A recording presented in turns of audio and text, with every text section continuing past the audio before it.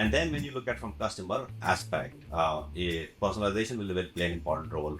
It does play an important role right now, but going forward, I think we want customers to be spending less time figuring out what they want to eat, but more time enjoying our food. So how do you balance it out? By personalization, by making the right recommendations for them, by making it more easier, by learning what they like, what they do not like, how they behave. When you look at customer experience operations together, and we were discussing about order velocity, right? Things change. AI is also going to play a big role in connecting these two together for us to be able to optimize our operations to deal with scenarios where you can have peak peaks. Hi everyone, welcome to another episode of CX with Chopra, where we talk about everything CX. And if you look at it, in today's experience economy, customers are no longer comparing you to your direct competitors. They're actually comparing you to every experience they've ever had. Anywhere. And with the intense competition and ever increasing customer expectation, it's crucial for brands to seek inspiration from unexpected sources. Including those completely outside of their industry. And one such source of inspiration I feel is fast food or quick service restaurants, because I believe that they have silently honed their customer experience strategies to perfection, from operational efficiencies to innovative use of technology. Both fast food QSR chains are now often the unsung heroes of customer centricity at scale. And to talk about it, who better than Mr. Jatin Chandwani, Chief Technical Officer at KFC UK and Ireland. He has more than 25 years of experience and expertise in merging business with technology. He's driven significant transformation for brands like KFC, Carnival, Ladbrokes, The Times, The Sun, Singapore Airlines, and many more. So, Jatin, welcome to CX with Chopra. Great to have you on this podcast and discuss about CX. Thanks for inviting me, Arjun. It's a pleasure to be here. I would probably want to begin with asking that in your experience, because we've seen that in the last 2 decades we've seen the whole digital business transformation happening, and it's still happening, by the way. But the whole CX transformation is something which is a recent phenomena, or not a recent phenomena, but at least it's talked about more now, because maybe because post pandemic, or how digital probably adoption has probably increased over steroids after the pandemic. The whole user experience, customer expectations have evolved rapidly. So a lot of people are now talking about the whole CX transformation. But if you have to go back in time, what was probably your first encounter with CX, in all the projects or organizations you worked with? I mean, it's a good question. And you don't reflect back, right? In terms of, okay, what was my first CX transformation project? But given that you've asked this question, and if I look back now, I think I've just been fortunate to be working in CX for a very, very long time. And I still remember when I first moved to the UK, I was working on a travel startup project. I mean, the travel startup was called Apodo. They were an online travel portal across Europe. And the task was to get the portal out. And then when you're working on an online travel portal, you have to look at the experience, right? You have to look at how customers are going to book their holiday or a business travel on the platform. And as part of that project, I end up working with a lot of people from user experience teams, marketing teams.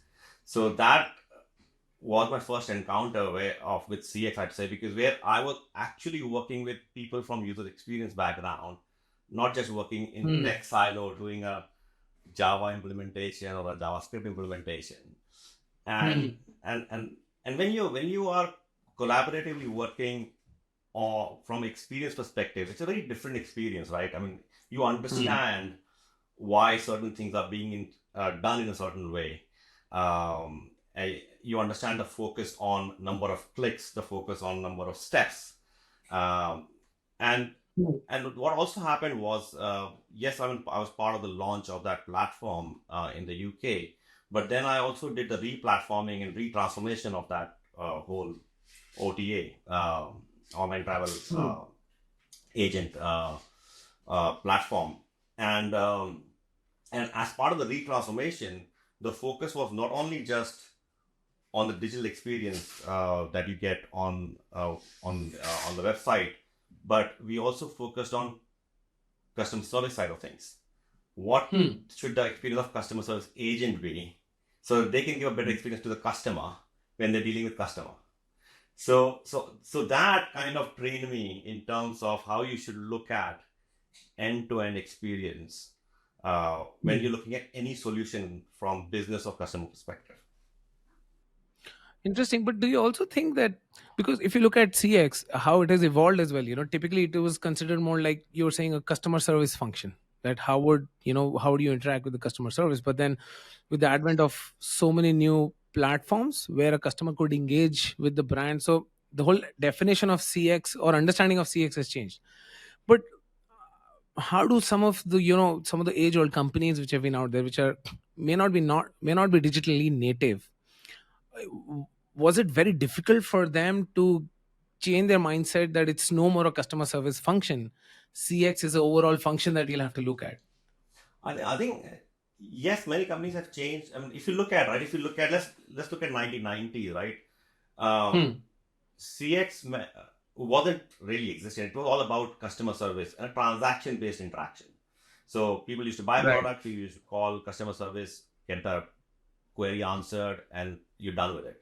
Then came CRM, then came digital, then came mobile, then came social, and it kept on evolving. And as the evolution was happening, the focus on customer journey grew. Sometime I'd say between 2005 2010 and beyond, and customer experience became a thing. Omnichannel became a thing, Hmm. and what companies realized was that they did not have a choice. You either Yeah. focus on CX and digital or die. so, so, Right. so a lot of the companies had to just go with it and adopt it because customers were expecting that. Competition was already focusing on that. So I think that's what happened. And if I look at KFC's journey as well, right? Uh, who would have thought that a business like KFC in the UK would get to 1 billion digital sales? Wow. Right now, more than 60% of our sales are digital.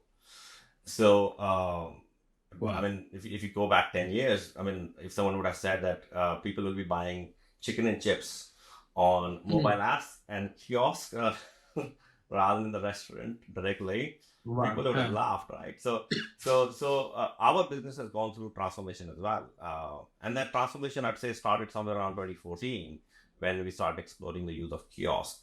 But as you said, right, pandemic then helped accelerate transformation significantly because customer behavior changed significantly during pandemic, and as the Hmm. customer behavior evolved, businesses could take the advantage of that change and evolve themselves to stay relevant to the customer and keep making the customers happy and keep growing the business.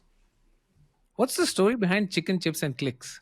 It's a good one, right? So so yeah, let me tell you the story of me joining KFC first, and I'll bring clicks into it. So so when I was approached by KFC, my reaction was, "Come on, chicken and chips business. What am I going to do there?" And I did not speak to KFC for a while, and then I finally gave in, and I started to speak to KFC, and I realized that people were nice, ambition was high, investment was there, and opportunity was great in terms of making a difference. So I got very interested, and here I am today. Been with KFC for 3 years, and and when I joined, I looked at on all aspects of our business. In fact, I was trained in the restaurant for 3 weeks, which was a very good experience and a very enriching experience. And then when I started looking at digital aspects of our business, and start focusing on how we're going to grow our digital sales, our digital experience, all of that. Uh, I had to work out how I'm going to sell this to franchisees.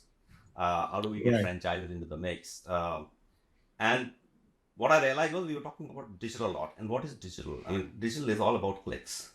Right. So given that we are doing 1 billion in digital sales or more than 1 billion in digital sales, and we have crossed a 50% threshold mark, uh, I'm like, okay, we are not just chicken and chips, we are chicken chips and clicks now.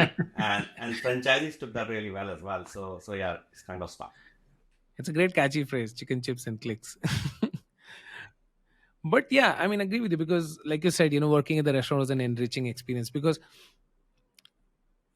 yes, I mean, if we talk about fast food or QSR or any dining experience, it's actually a full sensory experience, right from the texture of the crispiness of the chicken to the aroma of the ingredients when you step inside, the whole KFC restaurant, to talking to somebody, to the texture of that chicken.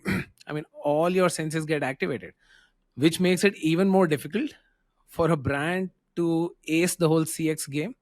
But on the positive side, you probably get to leave a long lasting impression if you have put everything together seamlessly. So yeah, I mean, it's I'm sure it must be very exciting as well as challenging as well in terms of how do we integrate. Mhm. No, I'm just question at you, that was it very challenging to look at everything and then also add in the complexity of omni-channel, people coming in from 10 different sources at the same time, and also give the same experience. Yeah, it is a challenge. But if you look at KFC, right? I mean, what is our USP? Our USP is taste, right? I mean, you don't get that same taste anywhere else. So that becomes the focal point, and then you have to look at how we're going to enrich that experience, which is coming with the taste, and then you start looking at service aspect of it, and when you look at service, there are a lot of elements to it. One is how you're placing the order. Second is how long are you waiting. Third is how is the order being fulfilled. And then if you've got any questions, how are those questions being dealt with post your meal or while you're having your meal. So you have to look at all those aspects. And then you touched upon digital, right? So when you start about talking about digital, there are a few aspects to it as well. One is the order journey itself. Now, order journey makes it easier for customer to place an order when you're ordering on a digital channel. But the business complexity of that is that now you can get peakier peaks. Now, previously we used to have 2 or 4 team members taking the order, so we knew the order throughput. Now we cannot control the order throughput. Order throughput could peak anytime. Which is a good problem to solve. Yeah, and then that puts a Yeah. strain on operations. And Right. if that puts strain on operations, then how do you deal with that pressure while maintaining the customer service, right? So we still want our team members to be friendly to our customers, Right. and be able to answer their queries, spend time with them to take the order or help them put the order through the kiosk. So you have to start looking at all these aspects together to ensure that the overall experience of the customer stays as it was or is even better when we are adding more channels for customers. Talk about more channels. So what has been, according to you, KFC or in general, if you look at QSRs, what has been the most transformative moments from a CX standpoint? I mean, probably it's a couple of decades ago, maybe drive through was a transformative thing which happened, that you could drive through, collect your order, and leave. But lately, recently, what you've seen, in your experience. So if you look at it, right, I mean, a lot has happened, right? Yes, you're right. I mean, drive-through is still a big channel for us. And then during pandemic, delivery grew significantly as well because people wanted to eat, and we are not allowed to travel. So delivery picked up. And then after pandemic, what's happened is that our digital channels have picked up also. So if you look at KFC, we focused heavily on aligning our kiosk and mobile app experience together so that customers do not have to learn a new channel to switch between the two channels. So The self-service kiosk at the restaurant, you've yeah, seen. self-service Okay. kiosk at the restaurant as well as the mobile app, they've got very similar experience. So it's easy to switch the customers between the two channels. Now, if you are in a restaurant and there's a long queue, you can still order from your mobile app, or you can scan a QR code and go through our web journey and place an order. So digital channels are picking up and they're making the whole experience better to the extent that customers tend to spend more on a digital channel as well because there's no queue pressure. and there's no pressure from the team member as Right. well. So I they can can take take my their own own time. time. Yeah, you can take your own time, and you get to see the upgrades and upsells, and you can decide whether you want to go for it or not. You get Hmm. visual cues to decide what you want to eat and what you want to choose. So overall, what we've seen is customers are happier on a digital channel, and of course they spend a bit more on digital channel as compared to a front counter channel. So which kind of works well for the customer as well as us. Now that's been growing. It's going to continue to grow. Other channels that we are trying are now voice ordering. So voice ordering is becoming drive-throughs. We are testing it in Australia. We've got tests going on with our sister brand in the US. So that's again an emerging channel because that's making it easier for customers as well to place an order. It's reducing our team member effort in the restaurant, and is allowing us to provide consistent experience, drive-through experience to our Hmm. customers. So that's picking up big time. And if you look at channels, right, things keep coming. I mean, we did try drone delivery in Australia as well Oh, at one interesting. point. Hmm. But I think there's time for it to mature. Uh, so yeah, so I think Meta was a big thing a couple of years back. Right. We were exploring that as well at that time, but then we realized we should probably wait and see how it evolves. So yeah, absolutely. Channels will continue to emerge. Right now, if I look at our business, kiosk and mobile are picking up significantly, and they'll continue to go. And then we'll see what happens with voice AI. Yeah, I'm definitely going to talk about AI probably slightly later. But very interesting aspect because you talked about Australia, you talked about like obviously US and then UK. So in terms of deploying or coming up with new innovative CX strategies, do global brands like KFC have an advantage that since they can probably test it in one market and then take it to others, or does it make it even more challenging for them to have one common brand story but localize it for different regions as well? See, localization is very important Hmm. because you have to be relevant to the market you're operating in. So you cannot get away with it. You have to accept it, and you have to evolve locally, keeping local culture in mind. But being part of a big organization is advantageous in the sense that we do not have to invest money in testing everything in one market. Yes, we've got Right. the advantage in the UK. So if you look at the UK as a market for KFC, we've got about 1,000 restaurants, and about 260 restaurants are owned by us. So that gives us the flexibility to test new concepts in our own Right. restaurants. So we are the biggest equity market. Fortunately, our franchisees are also tax savvy, so they are always interested in testing new things. But you cannot test everything in one market. It'll just take ages because you have to maintain the change load in the restaurant so that residents do not feel overloaded.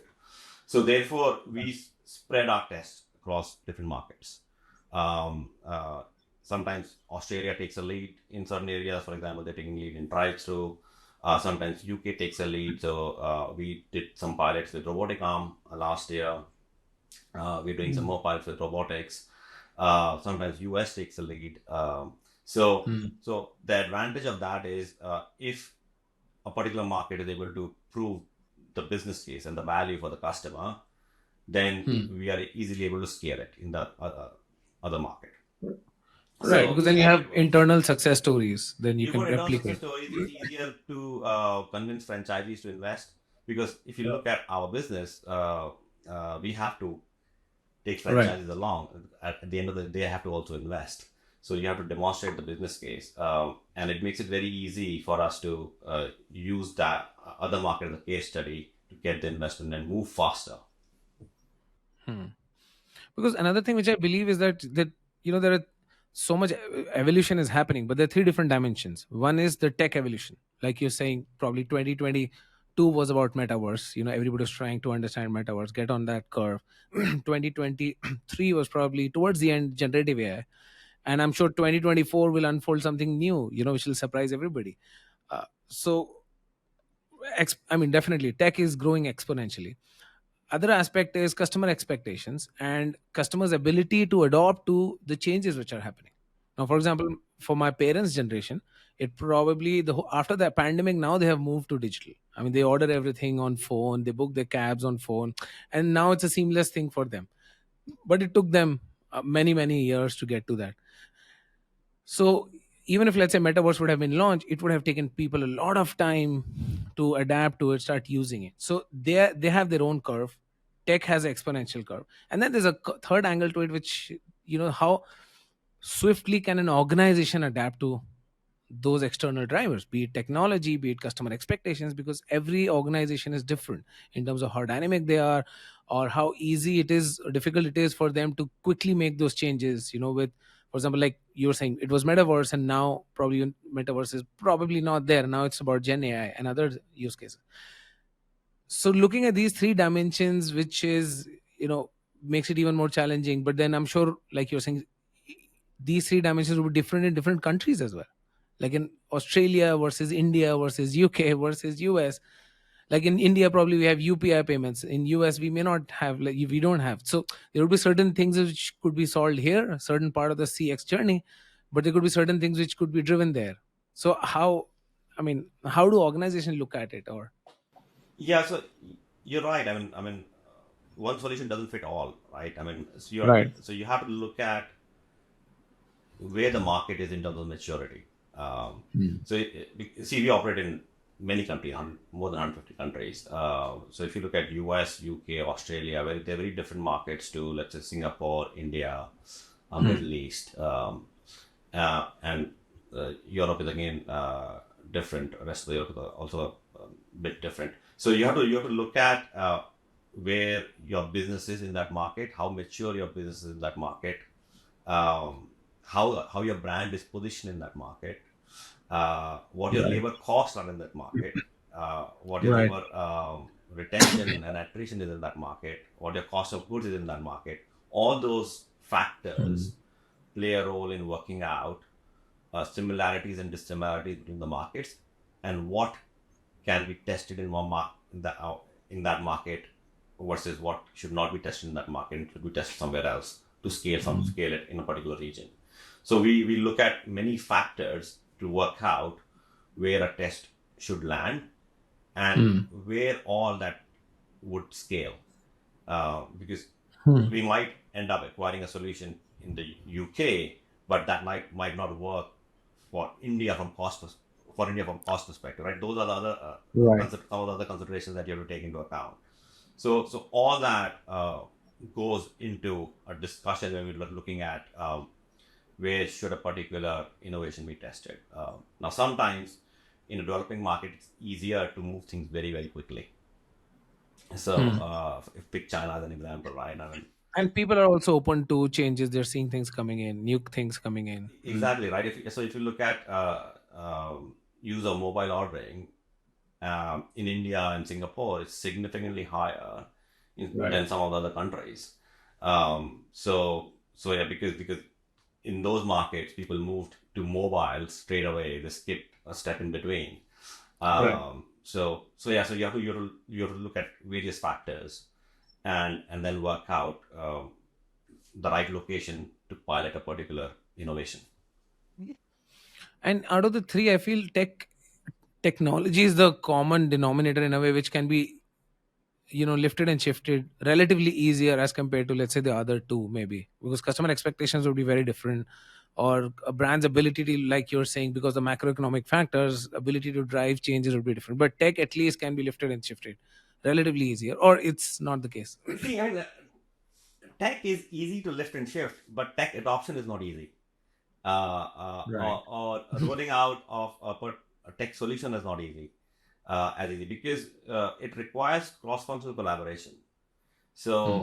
So you have to ensure that you've got the right squad set up Hmm. for the tech to work. I'll give you an example, right? So in the UK, yes, we say we are doing well on digital. I mean, as I said, 1 billion digital business, more than 1 billion. Now, yes, tech has played a role. I.e., we developed apps, we developed kiosk app and websites and integrations, all sorts experience. But it's not just the tech that has made it successful. So if you look at let's look at kiosk as a channel, right? For kiosk to be successful, it's important that it's placed at the right place in the restaurant.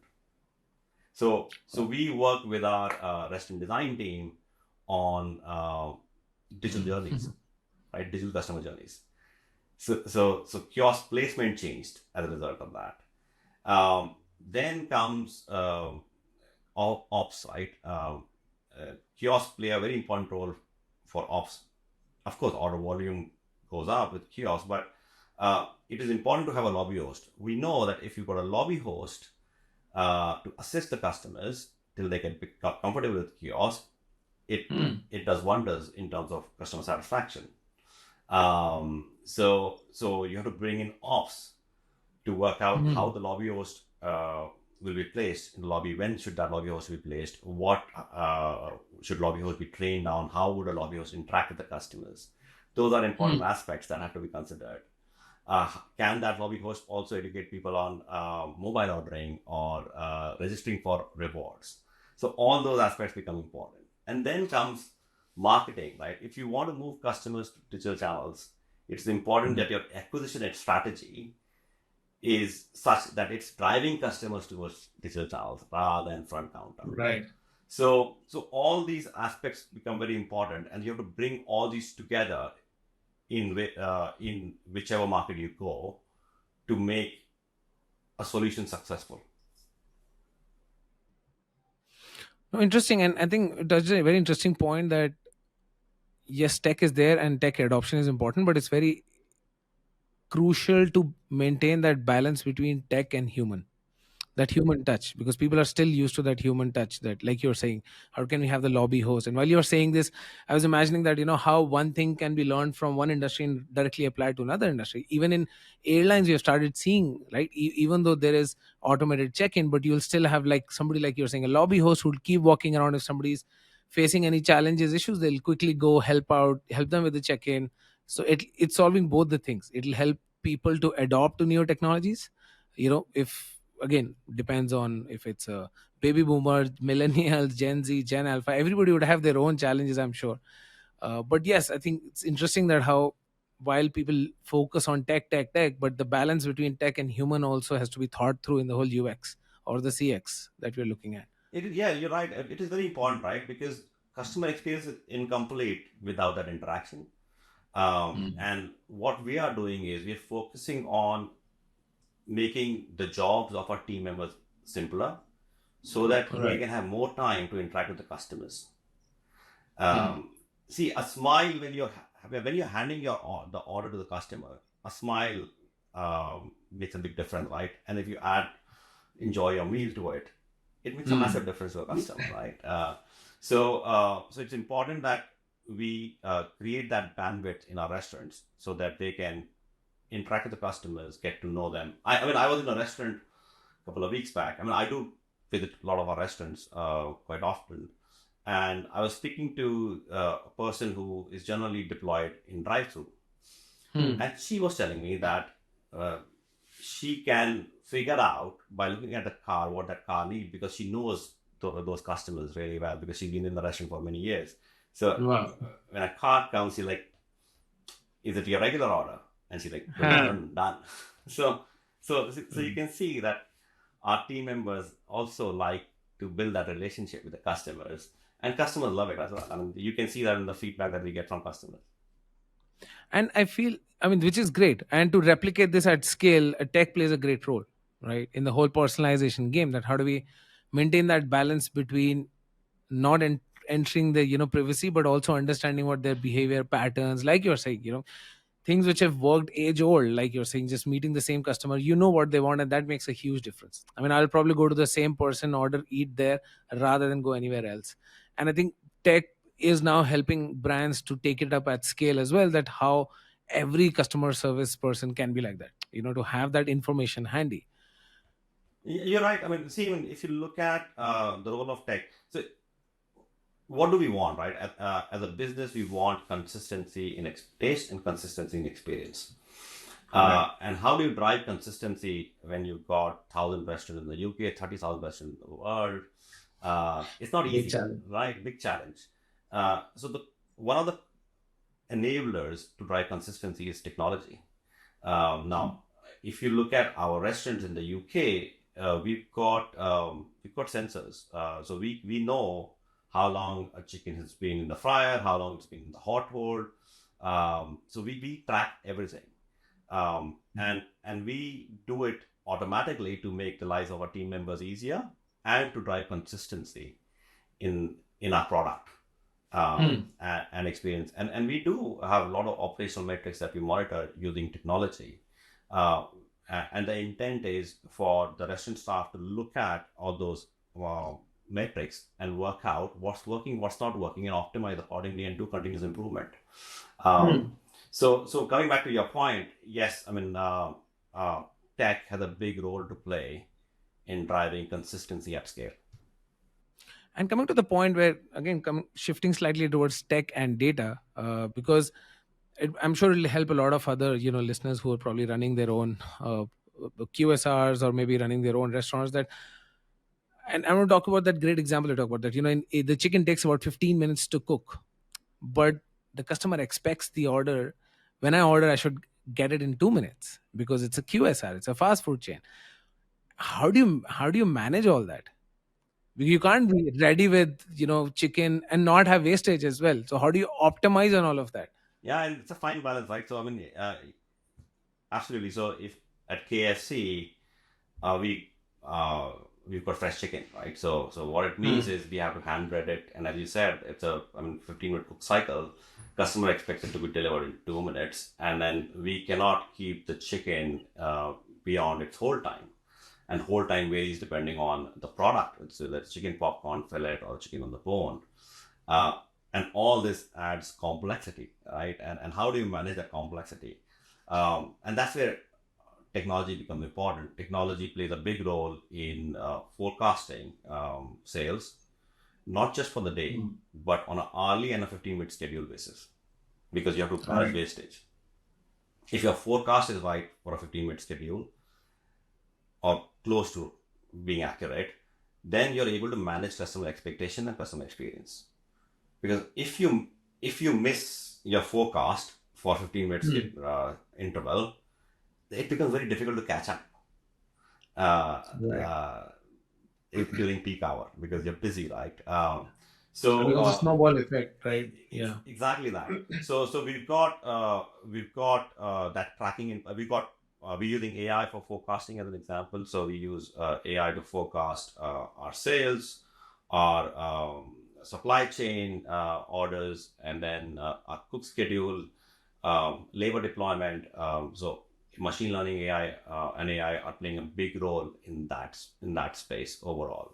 And then the other aspect is that if, let's say, we know that a particular item is going to cross whole time, can we promote that product so that it doesn't get wasted on our screen? So that's something that we are looking into. The other thing that we do is, which we are really proud of, is that if our food is about to cross whole time, majority of our restaurants have the capability to be able to donate it. So that gets frozen and then is donated via our partners. Right. And we are uh, one of the very few brands that donate protein to food banks, which we are really proud of.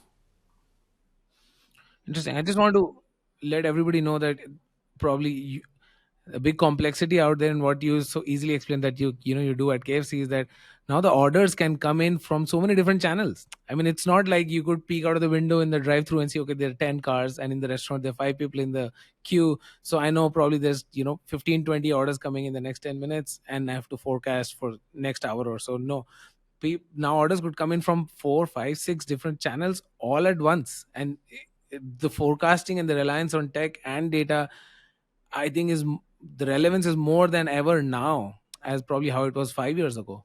You're right. And therefore it is important that you consider all different factors that can change your sale. Of course, weather is a big difference. Weather makes a big difference on our sale. Then you need to be clear about what the marketing spend is on that day. What are the offers going on right now? What promotions are going on right now? Are we going to be on TV for a sporting event or not? What kind of sporting events are going on? Are you near a pub where the big sporting event is going to be broadcasted? So a lot of these factors are considered while creating that forecast. And then we also give our restaurant managers the opportunity to be able to override it, because they would know better if another store next door is closed or open, or there are roadworks going on. Right. So all these play an important role, and still, you can get peakier peaks as well. And then if you get into a situation which we had not anticipated, then it's about how do you react to it, keeping the calm, and how do you manage customer expectations. I'll share a story. It's a good one. So we do something. We've got something called Founders Day, and what we do on Founders Day is that we are all supposed to run a shift or be in a shift in a restaurant once in a year. Okay. So last time when we had Founders Day, the whole of leadership team went to a particular restaurant to run the shift, and we were supposed to open the restaurant at 10:30. Staff was there to oversee what we're doing, not doing anything wrong. And we got chatting, and we opened the restaurant at 10:30, and we were late to start to cook for 10:30 opening. Okay. And fortunately or unfortunately, first customer came at sharp at 10:30 or 10:31, and I was at the front counter, and this person ordered 2 party buckets. I'm like, 2 party 10:30 buckets in the morning. at 10:30 in the morning. And I look back, I was like, oh my God, a chicken has just gone into the fryer. So like this, you can't do anything for 15 minutes. So what do you do in that situation, right? And how do you keep that customer happy and engaged? So we took the order, of course, and then I asked that individual, why 2 party buckets? And he was telling me that he works for a company and where they had a night shift, and he was going to take over from the night shift, and this food was being taken to for people who were finishing the shift. And I was like, okay, fine. So then I started chatting to him about his story, and the idea was to know more about him and also keep him engaged for 15 minutes till the food gets cooked. Now, it was a restaurant opening time, so we didn't have a lot of people, so it was easy to manage. But imagine if that happens during peak hours. The busy hour, yeah. Where there are 10 people standing behind. But I think it's a great story where, those presence of mind that even if, let's say, something has happened, but how can we still focus on keep, having that positive memory of that experience, because in most cases people are resilient, people would understand, if you're transparent, open about it. And it's also, I feel, in my experience, it's also a reflection of the values that, the brand or the restaurant has, and you see it's more about being authentic, the integrity, which I think reflects in the staff. Like you're saying, if the staff is smiling, relaxed, you get a sense, okay, I'm probably at a nice place, they know what they're cooking, I know it's not done in a very quick haphazard manner. So those things, I think the brand values, cultural values, which in my view probably does not get that much talked about, but those are very important, and those get reflected as well, like in the instances. And I'm sure it would have been a training session for staff as well, watching you. Yeah. And that's why it's important to get trained, right? The 3 training that I had when I joined KFC, and you can imagine, right? You've just accepted a job offer, and you're getting ready to join a new job, and your uniform comes in, and your kids are like, "What are you going to be doing there?" Yeah. A uniform, and you can explain it to them that I'll be getting trained to understand the business. and and and that training does make a massive difference. And getting an opportunity to be in the restaurant every year, running a shift or being part of the shift is very very helpful. And then we do a lot of restaurant visits as well. For example, I am out in restaurants. I mean, every 2 3 weeks, speaking to our team members, meeting our customers. I try to see what's working, what's not working. How can we help our team members? How can we make it better for our customers? So all that then shows up in the experience that we offer. And I think it's very important as well, especially let's say in tech or UX, or if business teams, for them to be really close to how things are run. I mean, just sitting at the restaurant, just seeing how customers are ordering, eating, what they are doing. I mean, a lot of ideas come out of it as well, but B, you also see what you've been thinking inside your room on your desk. How does it apply in real world? To get that whole connection is very very important. Absolutely, and I cannot agree more with you. And what I'd add is that, for your listeners who plan to do this, you should do it with your cross-functional colleagues. So, I do the visits with marketing, ops, with our GM as well, finance. So, and I encourage my team to do the same, and others do this. Other teams do the same as well. So, it's important to visit, do field visits with your cross-functional colleagues, because then you get different perspectives. And you can look at the same problem in a very different way and come up with a different solution that could be much more effective than you would have thought on your own. Right, and that's where maximum learning also happens, I'm sure. And now, coming to another point, where has it happened that you thought of an innovation, maybe a tech innovation, but which on paper looks great, but it did not land really well? Oh my God. Okay. Yeah, you see that does happen. I'll give you an example. So we tested a robotic arm to cook fries Okay. and chicken popcorn and chicken bites. That robotic arm was capable of lifting product from the fryer, Hmm. no, sorry, from the freezer, drop it into the fryer. It was operating 4 fryers, and then pick it up and then drop it into the chips dump. And the idea was to drive labor savings so that team members can spend more time interacting with the customers, um, and of course to drive more consistency.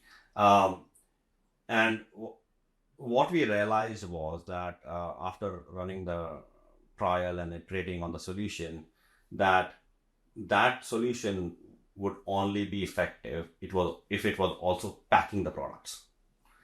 Just picking it up from the freezer, dropping into the fryer, and picking up from the fryer into the chips, dropping into the chips dump wasn't enough.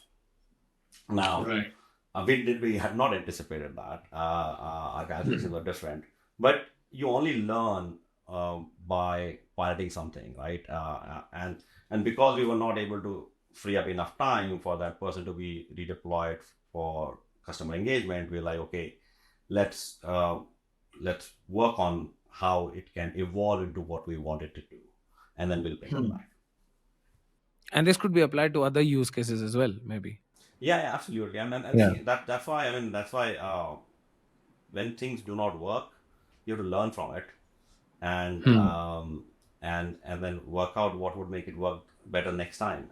So there are a lot of pilots that we do, that sometimes are successful and you're just surprised by the success of it. Sometimes you're like, oh my God, okay, it did not work as well I was expecting it to, and then yeah, you make it work the next time.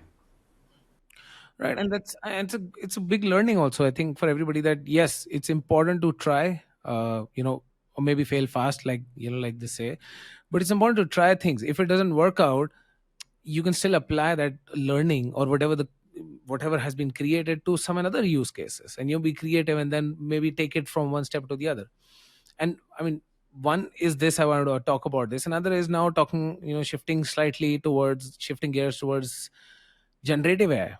And now generative AI is still, I would say, relatively new. Everybody is adopting it, the use cases. I feel, although as compared to a metaverse or some of the other uh, tech disruptions which have happened, this probably is going to stay longer because now people are seeing those use cases at the fingertips. I mean, with chat gpt I can see it work. So I'm seeing that yes, it's working for me, but my expectation is, why is that brand not using it? So the customer expectation this time have also risen very high, as opposed to a metaverse. For example, metaverse, till the time I don't wear those VR glasses or that technology, I may not even know, or I may not even expect. I may still be good with what I'm getting. But in this case, in chat gpt or generative ai, end user is actually using it. So their expectations, how do brands deal with, I mean, because this is again could be, even with you know gen ai, there could be 20 use cases, applications that could come out of it, and some of it will work, some of it will may not work. So how do brands view it? You see, you have to evolve fast. So on Chat GPT specifically, right? I mean, it does have a role to play. I think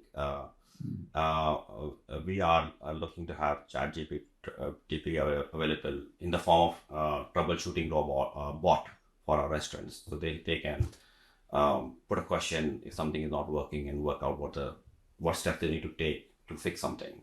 As an example, we've got Chat GPT Reporter integrated into Slack. So what that does is every week it goes to Apple Store, App Store, and Google Play Store to look at reviews of our app and works out what should be our focus areas and drops it into a Slack channel for our developers to Wow, have the interesting. visibility of it and then put it into the backlog. So and it ultimately helps us make our experience better for our customers on the app as an example, or there could be some other issues. And we've got various ways of using AI to listen to customer feedback as well. So I think there are a few points over here. Company culture has to be agile. Agility has to be built in, because unless you got agile mindset, you'll not be able to react and adapt quickly to what customer wants. So and you need to be cross functionally joined up, because if there's an issue, with just one function cannot solve that issue. You have to work together, because there are various aspects of Right. solving a problem or achieving an outcome. So, so agility, adaptability, and how well you can work together cross functionally are important factors for you to be able to uh, innovate and pilot new technologies and new solutions quickly. And in your view, not just to KFC, in general, I mean across industries, so what are those some of the big bets in you know gen ai? I mean, I'd say within AI, there's a lot happening. I mean, there are two aspects of it. The use of AI, which includes Gen AI as well, in business. One is how how should we use it to drive operational simplification or process simplification in the back of house or middle of house. So that's where robotics will play an important role. Computer vision will play an important role. I mean, with cameras and what it can detect and recommend. So we did run some tests as an example to identify missing items in a bag before a bag is dispatched for delivery. Um, and of course, the whole aspect of being able to simulate a restaurant in a digital world to work out what's going to work, what's not going to work before you put it into test is going to be very important. And then when you look at from customer aspect, personalization will play an important role. It does play an important role right now, but going forward, I think we want customers to be spending less time figuring out what they want to eat, but more time enjoying our food. So how do you balance it out? By personalization, by making the right recommendations for them, by making it more easier, by learning what they like, they do not like, how they behave. And when you look at customer experience operations together, and we were discussing about order velocity, right? Things change. AI is also going to play a big role in connecting these two together for us to be able to optimize our operations to deal with scenarios where you can have peakier peaks. And deliver on CX. Yeah. Wow. Well, it's pretty exciting. I think very exciting times to to look forward to and how things are evolving, and that's why I think everybody's now talking about the whole CX transformation because I mean to my starting point now, people are not comparing one brand with other brands, but they're comparing the experience with any other experience they've had anywhere else. Because, for example, in my phone, in the same hour, I may be using my food delivery app, my banking app, my Uber app all at once in the same hour. But my expectation is not going to change, and especially if you're going to talk about Gen Zs and Gen Alphas coming into the picture. Their expectations, I mean, they've never not had the internet. They're born with it, so they've seen. We would still probably have some resilience or acceptability, that a brand is catching up or things. But with Gen Alphas, I don't think there's any room for brands to, leave any aspect, unturned or Yeah, and that's why you have to keep up with it, and you have to always find ways to stay relevant. right. Otherwise, you're out very quickly. Right. Great. Thank you so much. I think it was great. I mean, I loved all the insights that you shared and the stories. I'm sure everybody who's listening in would also love it. So thank you so much for having this discussion with us. And thanks for inviting me. It was a pleasure to have this discussion with you. Yep. Thank you.